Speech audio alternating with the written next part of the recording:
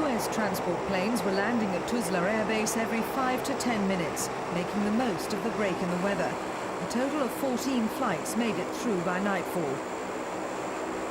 Tuzla, a former ethnic flashpoint in northern Bosnia, is the designated command center for all the US troops and the 60,000-strong implementation force. 4 days of freezing fog had delayed the operation, but prospects were now much better, as the senior US commander at the base explained. You're probably wondering about the airflow.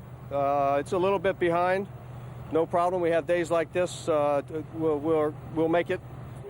The winter weather, though, is still holding up a rail convoy on the border with Croatia.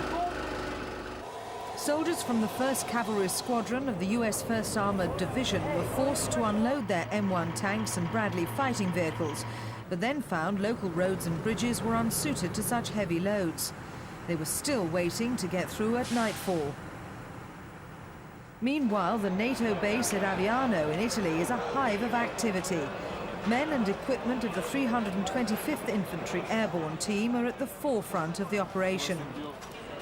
When the deployment is completed, there will be 20,000 US troops in the northeast sector of Bosnia, with British and French troops taking charge of the western and southern sectors.